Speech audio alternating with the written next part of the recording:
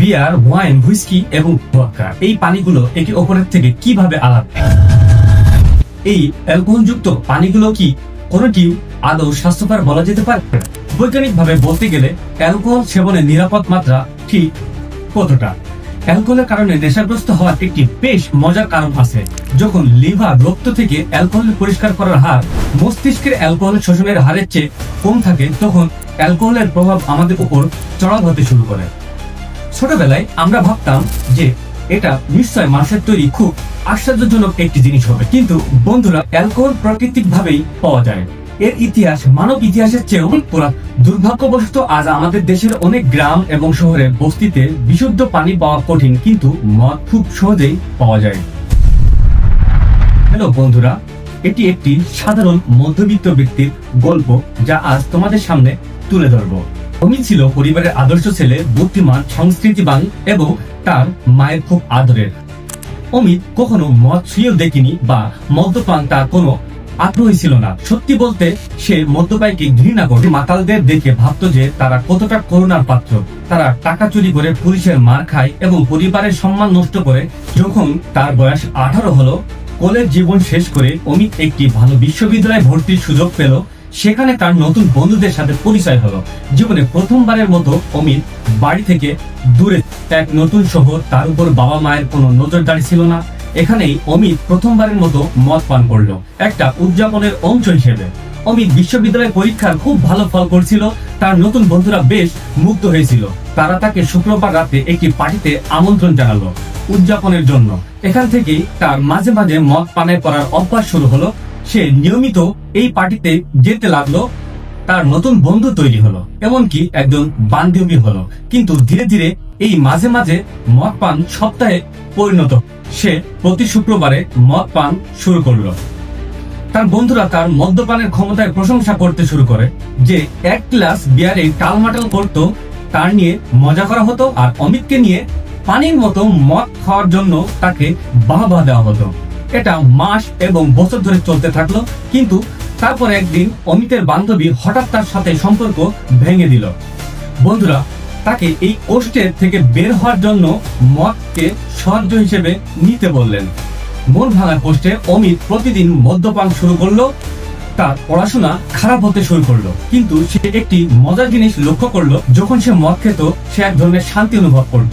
সে তার সমস্ত মানসিক চাপ ভুলে যেত। এটা শুধু অমিতের একার অনুভূতি তা নয়, এটা বৈজ্ঞানিকভাবে প্রমাণিত যে যারা নিয়মিত মদ পান বা নেশাগ্রস্ত তারা সাময়িকভাবে শান্তি বোধ করে। তাদের উদ্বেগ ও উত্তেজনা কিছুক্ষণের জন্য দূর হয়ে যায়। কিন্তু সমস্যা হলো সময়ের সাথে সাথে সেই একই স্তরের শান্তি পৌঁছানোর জন্য আরো বেশি অ্যালকোহল গ্রহণ করতে হয়। এর পেছনের কারণ আমরা ভিডিওর পরের অংশে আলোচনা করব। আমি আরো একটা জিনিস অনুভব করলো, এই শান্তি পাওয়ার 6 থেকে 8 ঘন্টা পরে তার দুঃখ দ্বিগুণ হয়ে ফিরে আসতো। এরপর সে অনুতপ্ত হতো, নিজের জন্য লজ্জিত বোধ করত। তার উদ্বেগ আরো বেশি হতো। যখন অমিত বাড়ি ফিরলো, তার বাবা মা তাকে দেখে হতবাক হয়ে গেল। তাদের আদরের ছেলে নিজের কি অবস্থা করেছে। তার মা সবকিছু চেষ্টা করলো, বিভিন্ন ডক্টরের কাছে, চিকিৎসকের কাছে নিয়ে গেল, কিন্তু কিছুতেই কিছু হচ্ছিল না। সময়ের সাথে সাথে অন্য মদ্যপানের মতো অমিত আরো খিটখিটে মেজাজের হয়ে উঠলো। সে সামান্যই রেগে যেতে শুরু করলো। কিছুদিন পর অমিতের বিয়ে হলো। পারিবারিক ভাবে বিয়েটি হয়েছিল, কিন্তু বিয়ে 2 দিনের মধ্যেই তার স্ত্রী জানতে পারলো যে অমিত একজন মদ্যপায়ী। তার স্ত্রী এবং মা তাকে বদলানোর জন্য যথাযথ চেষ্টা করলেন, কিন্তু কোনো কিছুতেই কাজ হলো না। আর তারপর একদিন অমিত এবং তার স্ত্রীর মধ্যে ঝগড়া হলো। এই ঝগড়ার সময় সে রেগে গিয়ে স্ত্রীকে মারধর করলো এবং ভয়ে টিভি ভেঙে দিল। পরের দিন সকালে যখন তার নেশা কাটলো, সে দেখলো তার মা এবং স্ত্রী তাদের জিনিসপত্র গুছাচ্ছে। তার মা তাকে বললেন যে তিনি এবং তার স্ত্রী যে কোনো কঠোর পরিশ্রম করতে রাজি, কিন্তু তার সাথে আর থাকতে রাজি নন। বন্ধুরা, এই গল্পটি একটি সত্যি ঘটনার উপর ভিত্তি করে তৈরি। অবশ্যই আমি তার গোপনীয় রক্ষার জন্য নাম পরিবর্তন করে দিয়েছি, কিন্তু এটা শুধু অমিতের গল্প নয়। বাংলাদেশের এই গল্প হাজার হাজার, এমনকি লক্ষ লক্ষ বাড়ি প্রতিদিনে ঘটে, যাদের সামনে একটি উজ্জ্বল ভবিষ্যৎ ছিল, কিন্তু অ্যালকোহল এবং নেশা সবকিছু নষ্ট করে দিয়েছে। অ্যালকোহল আসক্তি সেই পরিবারগুলোর সবচেয়ে বেশি প্রভাবিত করেছে যাদের উপার্জনকারী ব্যক্তি নিজেই আসক্ত হয়ে পড়ে। এটি ভয়াবহ মানসিক এবং আর্থিক চাপ সৃষ্টি করে। এই গল্প শোনার সময় আপনাদের মধ্যে যারা মাঝে মাঝে মদ পান করেন তারা হয়তো স্বস্তি বোধ করছেন যে আপনারা আসক্ত নন। আপনারা মাঝে মাঝে মদ পান করেন বা নেশা করেন, কিন্তু আপনারা মাতাল নন। যদি আপনি এমনটি ভাবেন তাহলে এই ভিডিও দেখার পর আপনি হয়তো অবাক হবেন যে অ্যালকোহল আপনার জন্য কতটা ক্ষতিকারক। অ্যালকোহল সেবন নিরাপদ সীমা কত, অ্যালকোহল কেন নেশাগ্রস্ত করে, এবং বিয়ার, ভদকা, হুইস্কি ও রামের মধ্যে পার্থক্যটা কি, এই ভিডিওতে এই প্রশ্নগুলোর উত্তর খুঁজে বের করি। আসলে বন্ধুরা, অ্যালকোহল ইতিহাস মানুষের চেয়েও পুরানো। ছোটবেলায় মনে হতো এটা নিশ্চয় মানুষের এক মহান আবিষ্কার, কিন্তু বাস্তবে অ্যালকোহল প্রাকৃতিক ভাবেই পাওয়া যায়। যখন গাছের ফল খুব বেশি পেকে যায় তখন তাতে চিনির পরিমাণ বেড়ে যায়। এটি চিনি ইস্টকে আকর্ষণ করে, যা একটি এককোষীয় ছত্রাক। এই ছত্রাক চিনিকে খাদ্য হিসেবে গ্রহণ করে এবং এটি রাসায়নিক বিক্রিয়া ঘটায়, যা থেকে কার্বন ডাই অক্সাইড এবং অ্যালকোহল নির্গত হয়। তুমি নিশ্চয় স্কুলে এই প্রক্রিয়াটা সম্পর্কে পড়েছো। একে বলা হয় ফার্মেন্টেশন বা গাজন। কার্বন ডাই অক্সাইড বাতাসে মিশে গেলে অ্যালকোহল ফলের মধ্যেই থেকে যায়। বিজ্ঞানীরা বিশ্বাস করেন যে লক্ষ লক্ষ বছর আগে আমাদের পূর্বপুরুষরা গাছের এই অতিরিক্ত পাকা ফল খেয়ে ফেলতো। প্রাথমিকভাবে তাদের হয়তো মাথা ঘুরাতো, কিন্তু হাজার হাজার বছরের বিবর্তনের পর এই গাজন বা ফলের প্রতি তাদের সহনশীলতা বেড়ে যায়, আর সেই কারণে আজ মানুষের অ্যালকোহল সহ্য করার এবং পছন্দ করার ক্ষমতা রাখে। বিজ্ঞানীরা একে ড্রাঙ্কেন মানকি হাইপোথিসিস বলে। তবে এটি এখনো কেবল একটি হাইপোথিসিস এবং 100% প্রমাণিত হয়নি, কারণ বুনো ফলের গাজনের মাধ্যমে অ্যালকোহলের পরিমাণ খুব কম থাকে, প্রায় 2% এরও কম। কিন্তু মানুষের বিবর্তনের পরে তারা বিভিন্ন প্রাকৃতিক জিনিস গাজন করতে শুরু করে। চীনের হেনান প্রদেশের প্রাচীন গ্রাম জিয়াহুতে প্রত্নতাত্ত্বিকরা 9000 বছরের পুরানো মাটির পাত্র খুঁজে পেয়েছে, যেখানে চাল, আঙ্গুর এবং মধু দিয়ে তৈরি পানীয় প্রমাণ মিলেছে। একইভাবে ফিলিস্তিন ও ইসরায়েলের হাইফাই একটি গুহাতে 13,000 বছর পুরানো বিয়ারের প্রমাণ পাওয়া গেছে। যখন গম বা বার্লির মতো শস্য জলে ভিজিয়ে রাখা হয়, তখন বাতাসে থাকা ইস্ট সেগুলোর সাথে বিক্রিয়া করে গাজন প্রক্রিয়া শুরু করে।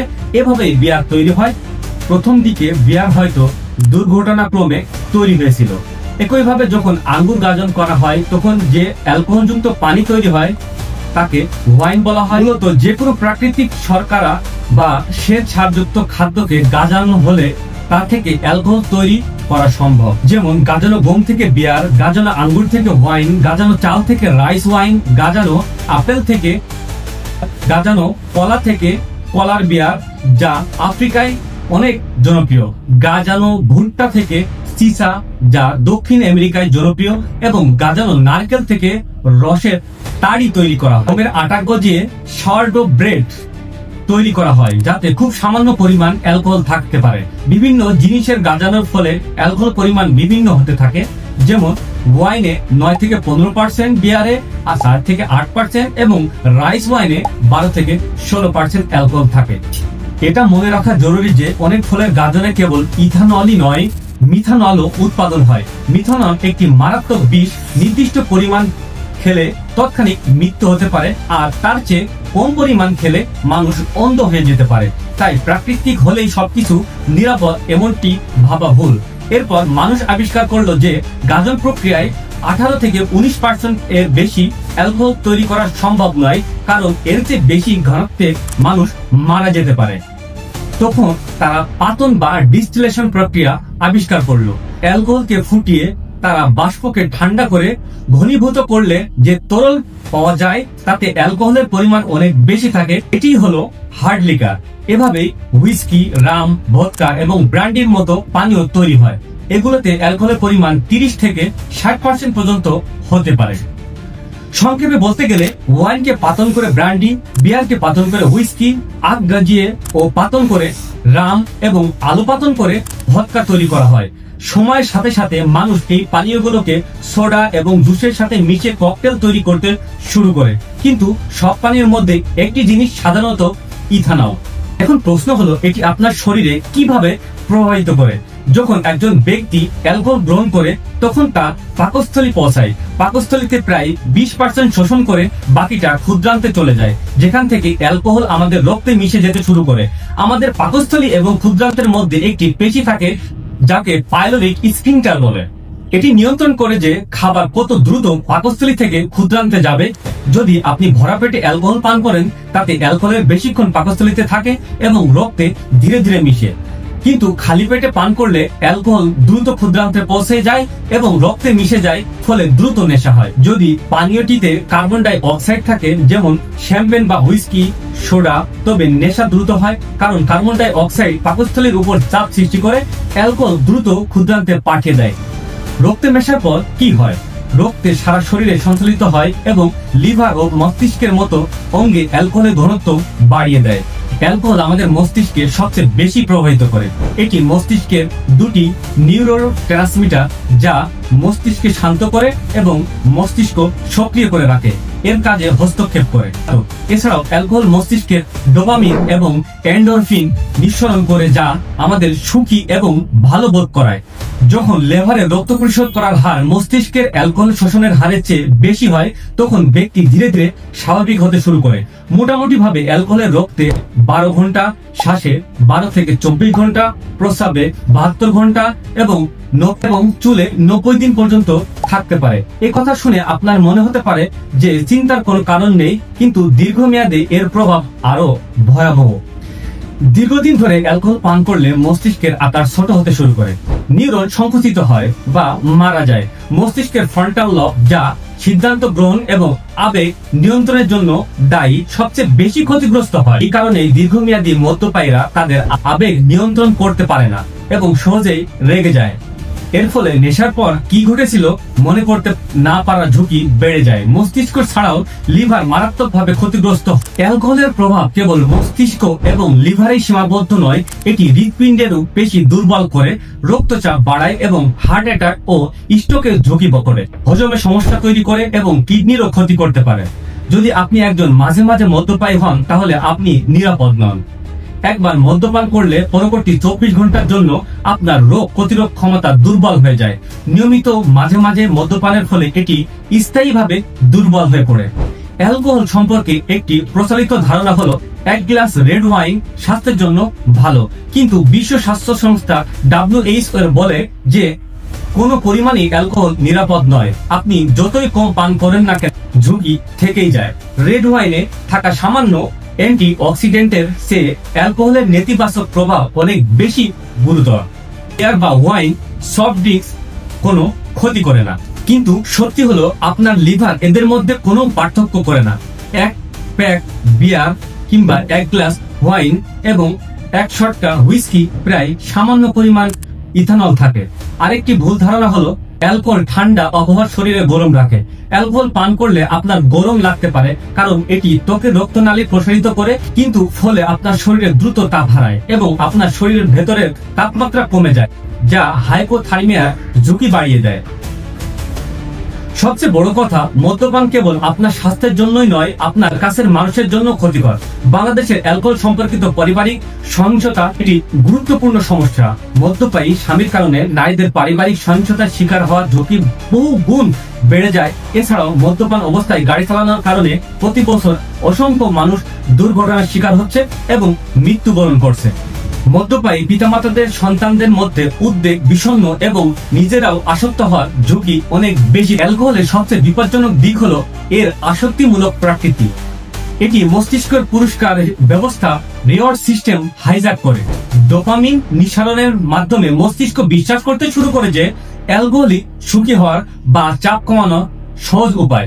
ধীরে ধীরে ব্যক্তি অ্যালকোহলের উপর নির্ভরশীল হয়ে পড়ে, আর এভাবে মদ্যপান বা নেশাগ্রস্ত ব্যক্তি একটি আসক্তই পরিণত হতে থাকে। স্বাভাবিকভাবে কাজ করার জন্য তাদের মাদক প্রয়োজন হয়। যদি কেউ এই পর্যায়ে অ্যালকোহল ছাড়ার চেষ্টা করে, তবে তার শরীরে বিদ্রোহ করতে শুরু করে, হাত কাঁপা, তীব্র আকাঙ্ক্ষা, উদ্বেগ, আতঙ্ক এবং ঘুমের সমস্যা দেখা দেয়। এই পরিস্থিতি থেকে বাঁচতে তারা আবার মদ্যপান শুরু করতে থাকেন, যা একটি বিপজ্জনক চক্র তৈরি করে। এই ধরনের মদ্যপায়ীরা প্রায়শই অতিরিক্ত মদ পানের কারণে মারা যান। WHO এর তথ্য অনুসারে প্রতি বছর বিশ্বে প্রায় 2.6 মিলিয়ন অ্যালকোহল সম্পর্কিত মৃত্যু হয়, যা সমস্ত মৃত্যুর প্রায় 4.7%। এই সমস্যাটি দরিদ্রদের মধ্যে বেশি দেখা যায়, কারণ দরিদ্রতা এবং অ্যালকোহল একটি দুষ্ট চক্র তৈরি করে। হতাশা থেকে মুক্তি পেতে মানুষ অ্যালকোহলের আশ্রয় নেয়, যা তাদের আরো দরিদ্রের দিকে ঠেলে দেয়।